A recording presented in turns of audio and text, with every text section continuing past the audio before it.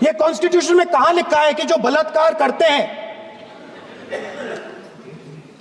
वो बाहर रहे, और जिसका रेप हुआ है, जिसके परिवार, उस परिवार को बंद कर दिया जाए? कहां लिखा है कॉन्स्टिट्यूशन में? ये आपकी किताब में लिखा हुआ है, मनुस्मृति में लिखा है, मगर कॉन्स्टिट्यूशन में नहीं लिखा। परम धर्म संसद 1008 राहुल गांधी के इस वक्तव्य की घोर निंदा करती है और शीघ्रता से अपने आशय को स्पष्ट करने या क्षमा याचना करने की मांग करती है। 1 महीने के भीतर वे यह भी बताएं कि इस परिस्थिति में उन्हें हिंदू धर्म के आधारभूत ग्रंथ की निंदा करने के कारण हिंदू धर्म से बहिष्कृत क्यों ना घोषित किया जाए। तो अब क्या राहुल गांधी परम धर्म संसद में जाएंगे, क्लैरिफिकेशन देंगे, माफी मांगेंगे? अगर मांगेंगे तो क्या उनकी माफी स्वीकार की जाएगी? क्या वो माफी मांगने वाले हैं और क्या वो माफी मनवा पाएंगे अपने उन बोलों के लिए जो उन्होंने संसद में दिया?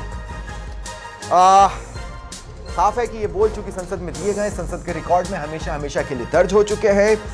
स्वागत है आप सभी का प्रश्नकाल में। आपके साथ मैं हूं स्वप्निल। क्या राहुल गांधी ने मनुस्मृति को पढ़ा है? मनुस्मृति को पढ़ा है या देखा भी है? ये एक बेहद जरूरी सवाल है जिसका जवाब मिलना भी चाहिए, क्योंकि जिस राहुल के भाषण की बात हो रही है उसमें 3 से 4 बार राहुल ने मनुस्मृति को कोट किया। मतलब मनुस्मृति में जो लिखा है उसे नहीं, उनके विचार में जो मनुस्मृति बैठी हुई है उसे उन्होंने कोट किया और सत्ता पक्ष पर निशाना साधा। उनके सभी बयानों पर नहीं, लेकिन एक खास बयान से संत समाज नाराज है। महाकुंभ में धर्म संसद में यह मामला आया और निंदा प्रस्ताव पारित हुआ। शंकराचार्य स्वामी अविमुक्तेश्वरानंद सरस्वती ने जो कहा वो तो हम आपको सुना ही चुके हैं। कुछ दिनों पहले महाकुंभ भगदड़ पर भी उनके बयान और स्टैंड से कांग्रेस गदगद हुई थी, लेकिन अब क्या, इसी को खंगालने की कोशिश करेंगे। मेरे साथ जो गेस्ट पैनल जुड़ रहा है आपको इंट्रोड्यूस करवा देता हूं। मेरे साथ इस वक्त कृष्ण कुमार जानू जी हैं, बीजेपी प्रवक्ता हैं। मीनाक्षी सेठी जैदी जी कांग्रेस प्रवक्ता हैं। आचार्य गणेश जी महाराज हिंदू धर्म गुरु हैं और एकलव्य सिंह राजनीतिक विश्लेषक। आप सभी का स्वागत है समाचार प्लस पर। मैं शुरुआत गणेश जी महाराज आपसे कर रहा हूं। मनुस्मृति क्या है? यह मैं इसलिए बोल रहा हूं क्योंकि राहुल गांधी संविधान से उसकी तुलना कर रहे हैं। दूसरा ये भी है, कुछ लोगों की नजर में वो एक सिंपल सी बुक है, एक सामान्य सी किताब है। कुछ लोगों के लिए वो किसी एक खास लेखक की अपनी सोच है। मनुस्मृति है क्या? आदरणीय, सनातन हिंदू परंपरा में, सनातन धर्म में हमारे जिस प्रकार से 4 वेद है, 4 उपवेद है, 18 पुराण है, 18 उप पुराण है, उसी प्रकार से श्रुति आती है। श्रुतियों के तत्पश्चात हमारी स्मृति आती है।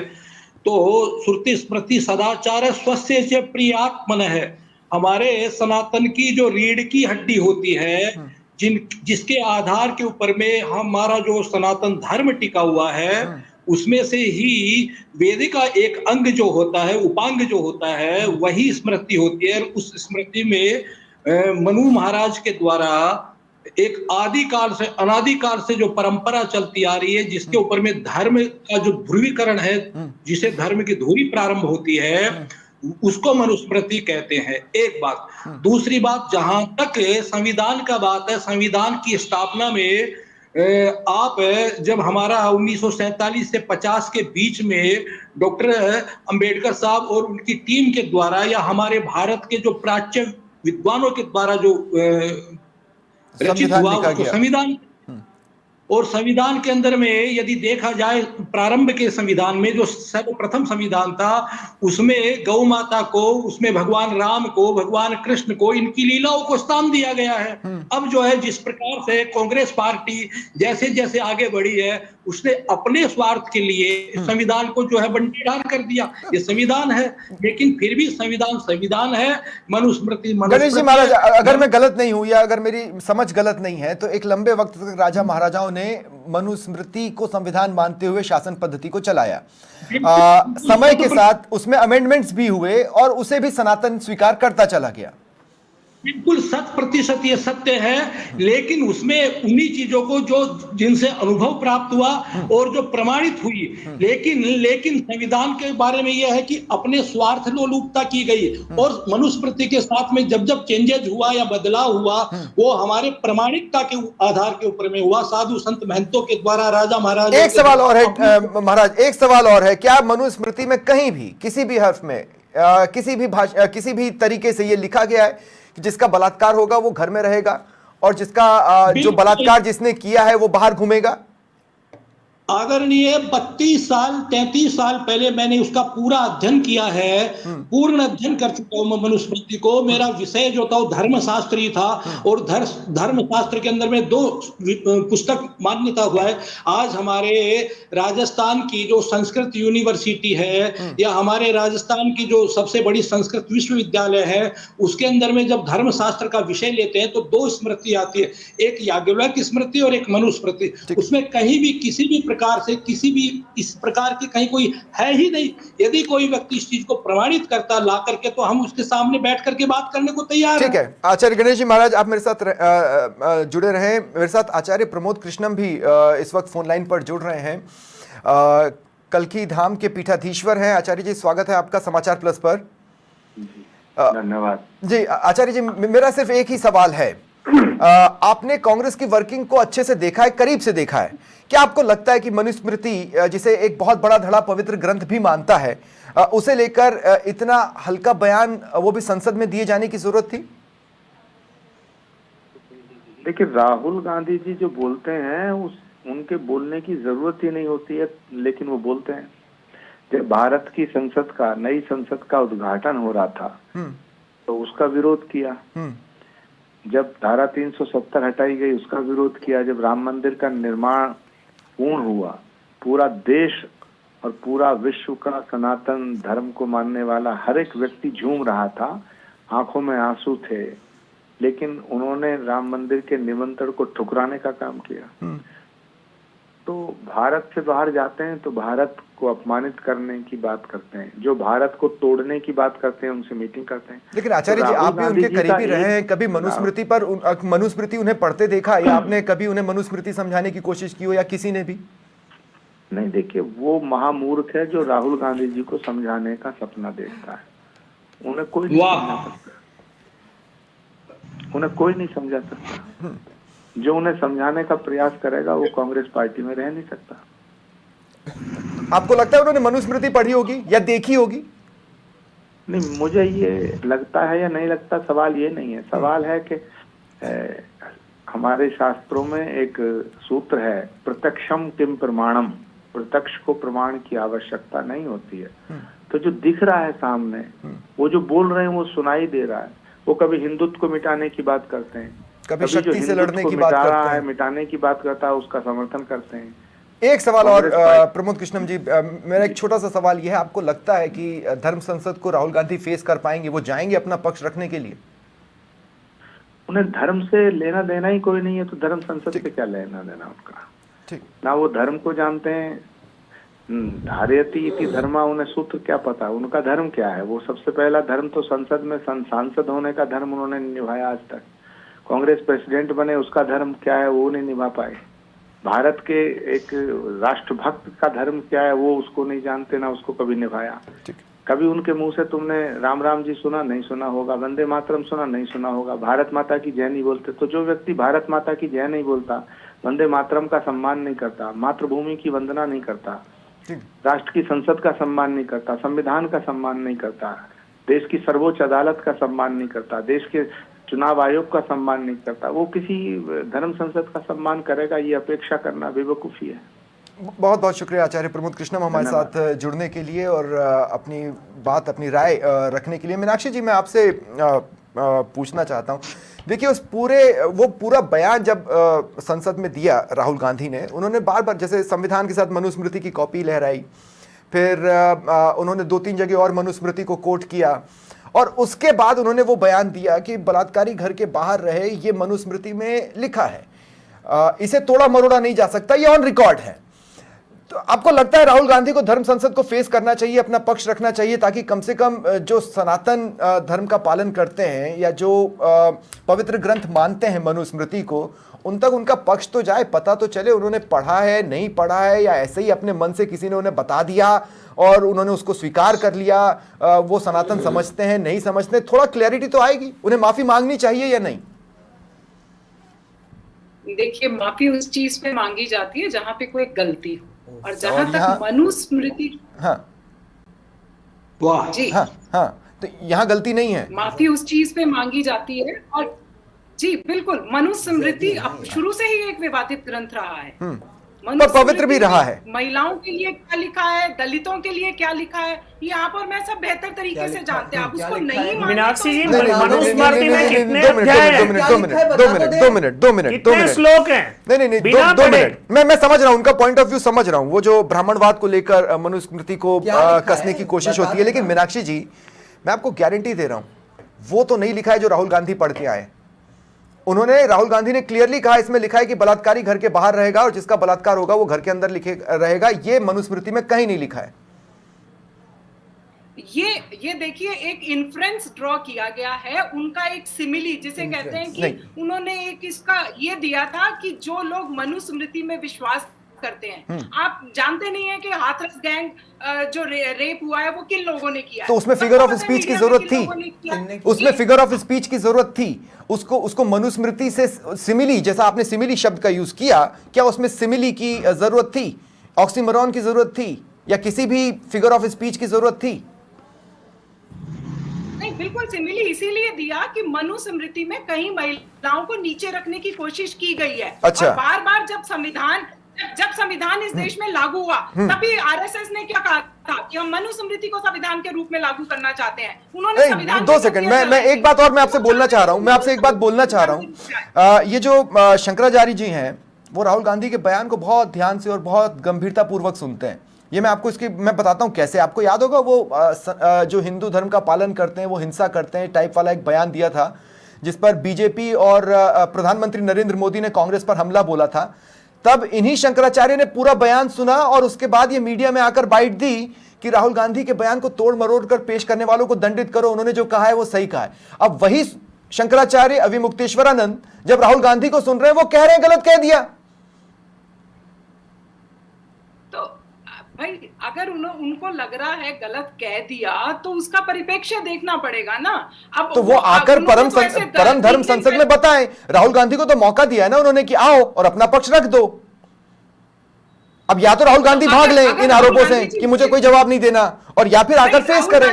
राहुल गांधी जी उचित समझेंगे तो वो जाके कह देंगे। वो उचित क्यों नहीं समझेंगे? 10 दिन पहले ऐसे योगी जी को भी कहा था कि तब तो आपको बड़ा मजा आया था, तब आप उन्हें आज भी कोट कर रहे हैं। तो आज जब वही कह रहे हैं तो राहुल गांधी को मोरली, एथिकली जाकर अपने आप को क्लियर साबित करना चाहिए ना। नहीं तो वो अगर उनको उचित लगेगा तो वो करेंगे, लेकिन वो वहां पे कोई हमारे संविधान प्रदत्त उनके पास कोई अधिकार नहीं है। और जहां तक हिंदू मैडम, जो हिंदू धर्म को मानता है वो धर्म संसद को मानता है कि ओथ लेके हम हिंदू बनते हैं। हिंदू हमारा जीने का एक तरीका है, जीने का तरीका, जिसे एक लंबे वक्त तक मनुस्मृति ने भी गाइड किया। लेकिन अपमानित करना या उसके बारे में झूठ बोलना कि सिमिली के नाम पर यह कह देना कि मनुस्मृति में ऐसा लिखा हुआ है, यह सही नहीं है। और धर्म संसद, हिंदू धर्म संसद को मानता है। राहुल गांधी बार बार बताते ना कि मैं हिंदू हूं, पिछले कुछ समय से तो बताना चालू किया है। उन्हें धर्म संसद को फेस करना चाहिए। ये एक सिंपल सी बात है। कोल ब्राह्मण ये क्या कर रहे हैं पता तो होना चाहिए। कृष्ण कुमार जानू जी, अब मेरा सवाल आपसे है। अच्छा, प्रॉब्लम क्या है ना, मुझे प्रॉब्लम यह है कि जब राहुल गांधी ने यह बयान दिया, वो संसद में दिया, संसद में वो ऑन रिकॉर्ड भी हो गया है आप लोगों के रहते हुए। अब वो हमेशा आपने उसे रिकॉर्ड से हटाने के लिए कोई हंगामा किया हो या आपने उसे रिकॉर्ड से हटाया हो, ऐसा कुछ नहीं किया, क्यों? निश्चित रूप से ये बयान जो है ये हटाने योग्य है। तो और संसद में बैठने वाले धर्माचार्य और बड़े नेता जो हैं इस विषय पर निर्णय और विचार जरूर करेंगे। कब करेंगे? धर्म संसद तो निकल गया, उस समय आप क्या कर रहे थे? देखो, धर्म संसद ने जो आपत्ति उठाई है ये पहली बार है कि हमारे यहां किसी मनुस्मृति की और संविधान की तुलना करने की छूट राहुल गांधी को संविधान की कौन सी धारा देती है? और मनुस्मृति के 12 अध्यायों में से 2684 श्लोकों में से और कुछ संस्करणों में 2964 श्लोकों में से कहां लिखा है जो राहुल गांधी संसद में बोल रहे हैं? एग्जैक्टली तो ओम बिरला खुद भी हटवा सकते थे, निश्चित आपके रूप सांसद से, वहां पर खड़े होकर निश्चित हंगामा रूप कर से। सकते थे कि ये गलत है। देखो हमारी किसी ने भी करेक्ट क्यों नहीं किया? क्योंकि आपको उस बयान से फायदा था। देखो ये सारा जो विषय है करेक्ट करने का नहीं है, ये हैबिचुअल। राहुल गांधी पहले भी माफी मांग चुके हैं, सुप्रीम कोर्ट में भी मांग चुके हैं, और राहुल गांधी आदतन जिस प्रकार की वामपंथी विचारधारा की सलाहकार मंडली की सलाह में वक्तव्य डिजाइन करते हैं, अच्छा, उसी का खामियाजा है। और धर्म का दंड मजबूत होना चाहिए और उद्दंड को दंडित किया जाना चाहिए। मैं तो साधुवाद दूंगा इस धर्म संसद को, परम धर्म संसद को, जो पहली बार सनातन धर्म के ग्रंथों के बारे में, सनातन के बारे में बोल रही है। शंकराचार्य स्वामी अविमुक्तेश्वरानंद सरस्वती को आप धन्यवाद नहीं देंगे? वो धर्म संसद उन्हीं लोगों के द्वारा आयोजित है। सारे शंकराचार्य, सारे धर्माचार्य उसके अंग जरूर हैं। वो तो योगी को लेकर भी बयान दे चुके हैं। वो तो योगी को लेकर भी बयान दे चुके हैं कि योगी इस्तीफा दे। देखो ये जो धर्म का दंड है, पर्सन को मान रहे हैं तो पूरे दिल से मानेंगे ना। देखो धर्म का जो दंड है, हाँ। उसकी नजर में अभी भी नई संसद में जो सिंगुल स्थापित किया गया है वो भी धर्म दंड है।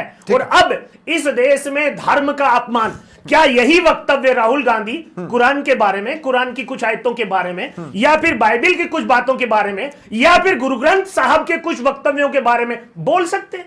केवल उनके धर्म का भय उन्हें चुप रखता है, और सनातन में जो सहिष्णुता है उसके लिए वो बार बार चाहे जैसे अपमान करते हैं। वो खुद को बताते हैं दत्तात्रेय गोत्र के कोल ब्राह्मण, और वक्तव्य देते हैं इस प्रकार के, बहुत ही निकृष्ट कैटेगरी का वक्तव्य। ठीक है, मैं एकलव्य,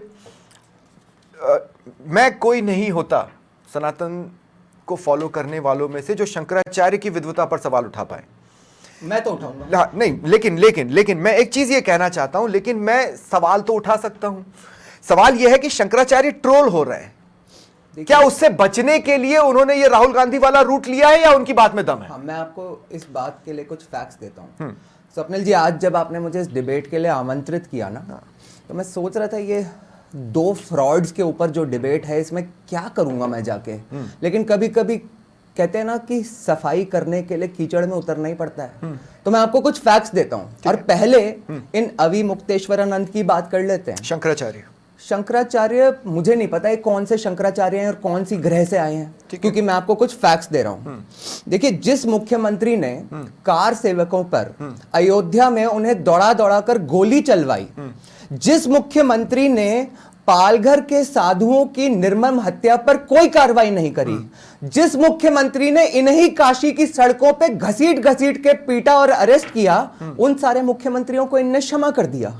और जो मुख्यमंत्री आज पैदल घूम घूम कर महाकुंभ में व्यवस्था बना रहा है, जो मुख्यमंत्री एक एक अखाड़े में जाके साधु महात्माओं से हाथ जोड़ के उनकी सुविधा पूछ रहा है, जो मुख्यमंत्री सनातनियों पर फूलों की वर्षा कर रहा है, उसका ये इस्तीफा मांग रहे हैं। तो ये कौन से शंकराचार्य हैं भाई?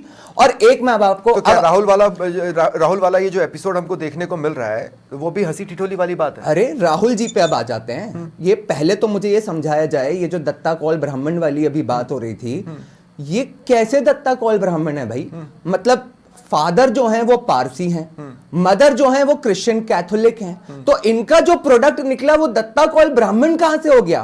और यदि मान लेते हैं कि भाई मतलब उन्होंने सनातन को कभी अपनाया, तो क्या उनके इस धर्म परिवर्तन का या उनकी फैमिली में इस धर्म परिवर्तन का कोई रिकॉर्डेड इवेंट है? तो ये भी तो जानना जरूरी है ना।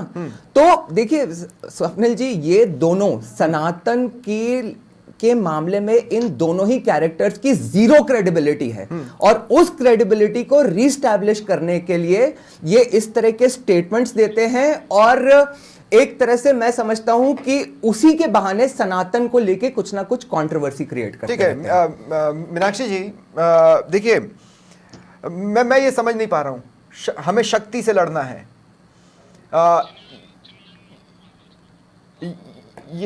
ये एक तो शक्ति से लड़ना है वाला बयान वो देते हैं।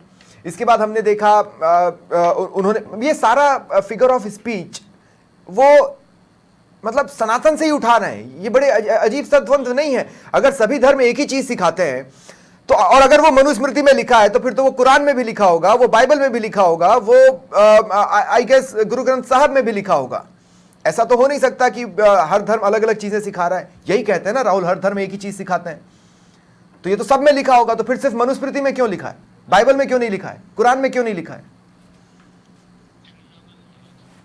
नहीं, तो ये जो बात आप कह रहे हैं कि मनुस्मृति में लिखा होगा, बाइबल में नहीं लिखा, कुरान में नहीं लिखा, तो अगर कोई प्यार मोहब्बत की बात है, अगर समानता की बात है, तो वो सब धर्मों में बराबर है। लेकिन जहां तक महिलाओं के अधिकारों की बात है, सारे धर्म टारगेट पे नहीं आते ना राहुल के, सनातनी तो आता है, जैसे शक्ति से लड़ेंगे, जैसे आपकी मनुस्मृति में लिखा है बलात्कारी बाहर घूमेंगे, ये सारे एग्जांपल्स सनातन पर क्यों आते हैं?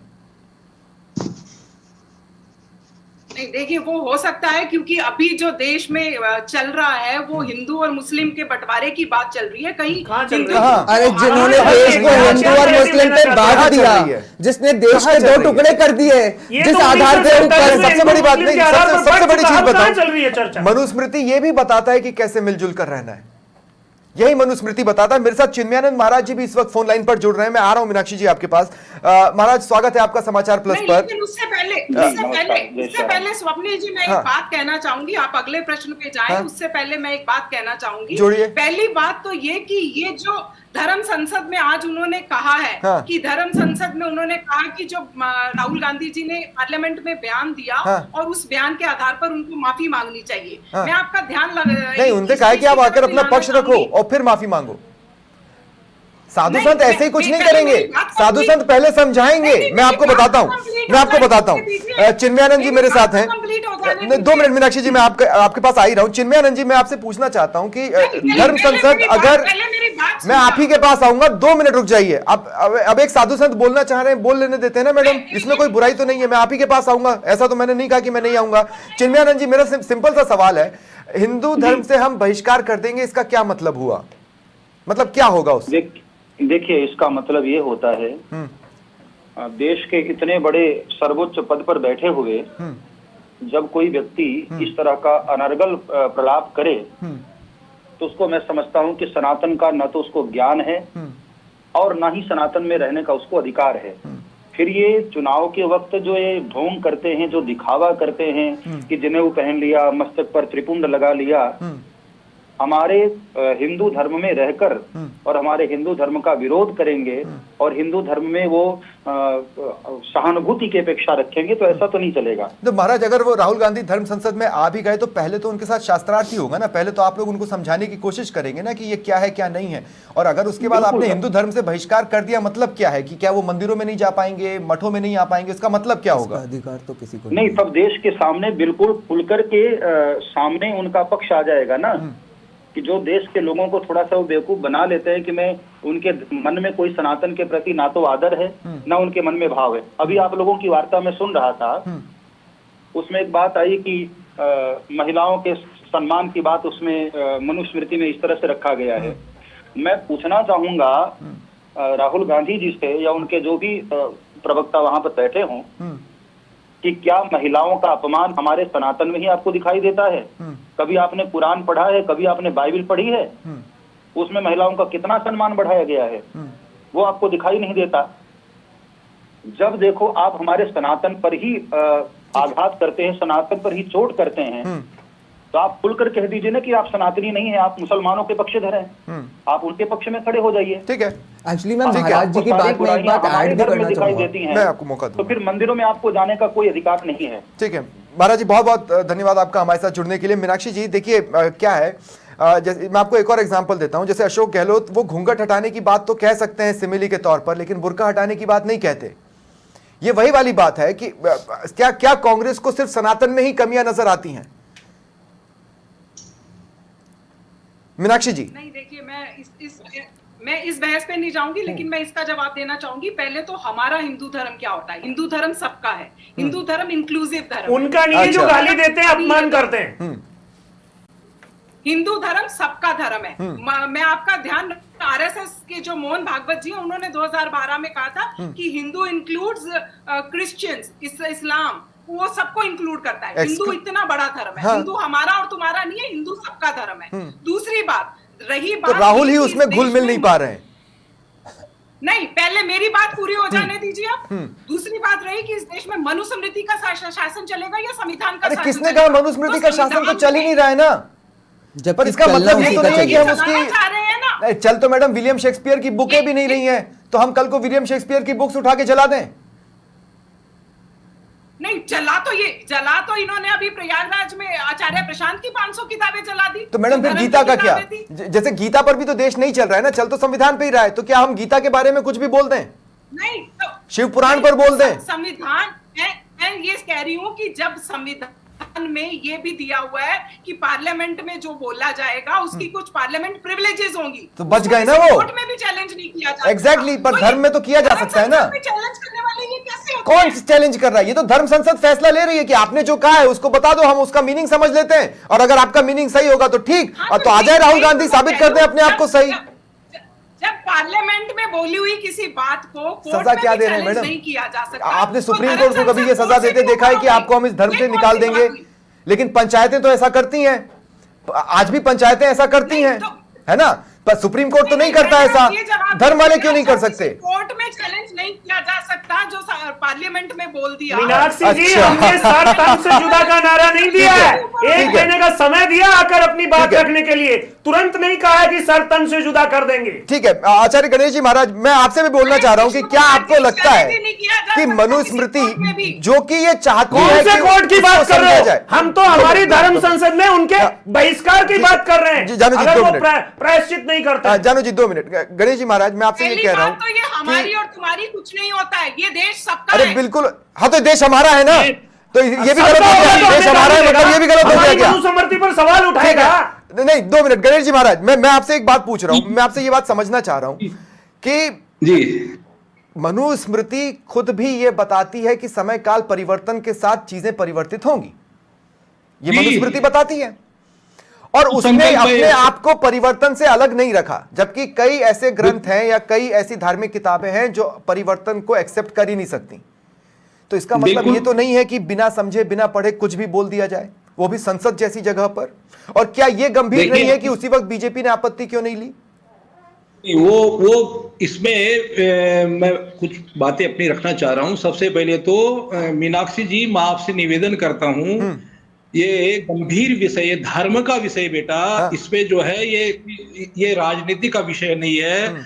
दूसरी बात, डिबेट में जितने भी बैठे हैं भाई लोग या हमारी भगिनी है, तो पूज्य शंकराचार्य जी हमारे हिंदू धर्म के सनातन के सर्वोच्च व्यक्ति, वो है, महापुरुष है, उनके लिए हम शब्दों का बहुत अच्छा प्रयोग करें। तीसरा, हमारे कल्कि पीठाधिपति जो अभी आचार्य प्रमोद कृष्णन जी आए थे, एक लंबे समय से राहुल जी के साथ में उन्होंने- पार्टी के साथ, मीनाक्षी जी की पार्टी के साथ जुड़े हुए हैं। उन्होंने स्पष्ट रूप से कह दिया कि ये व्यक्ति जो है वो जिकारा लगा रहे क्योंकि वो उस पार्टी के थे, लेकिन मैं तो एक धर्मगुरु हूं। इसलिए मैं राहुल को ये कहना चाहूंगा कि मेरे भाई, इस प्रकार की जो तू व्यवधान या व्याख्या करता सनातन के बारे में या मनुस्मृति, तुम्हारा हक ही नहीं है बेटा। ये तो तू तो अभी बालक का, अबोध बालक की इस विषय में। दूसरी बात जहां तक है, मैं ये राहुल जी के बारे में एक छोटी सी बात कहना चाहता हूं कि सार्वजनिक रूप से जिस व्यक्ति को अपनी बड़ी बहन से बात करने की मंच के ऊपर में जिस प्रकार का चुंबन चटका का जो स्वरूप धारण किया, उससे उसकी सारी की सारी स्थिति झलकती है। उसके बारे में ज्यादा कुछ अपने को ध्यान ही नहीं देना चाहिए। वो तो एक प्रकार से जो कुछ शब्द आया है उनके लिए प्रमाणित हो रहे हैं। लेकिन मैं ये जरूर कहूंगा कि इस तरीके से देखा जाए तो आचार्य प्रमोद कृष्णम जो कि एक संत हैं, वो भी गिव अप कर गए समझाते समझाते राहुल गांधी को। लेकिन कृष्ण कुमार जानू जी, मेरी जो शुरुआत से शिकायत है वो अभी भी बनी रहेगी। क्यों उसी वक्त कुछ भी एक्शन लेने से पार्टी हिचकी, या आप तुरंत खड़े होकर ये बोल सकते थे कि हम चाहते हैं कि ये बयान सही नहीं है, इसको रिकॉर्ड से हटाया जाए।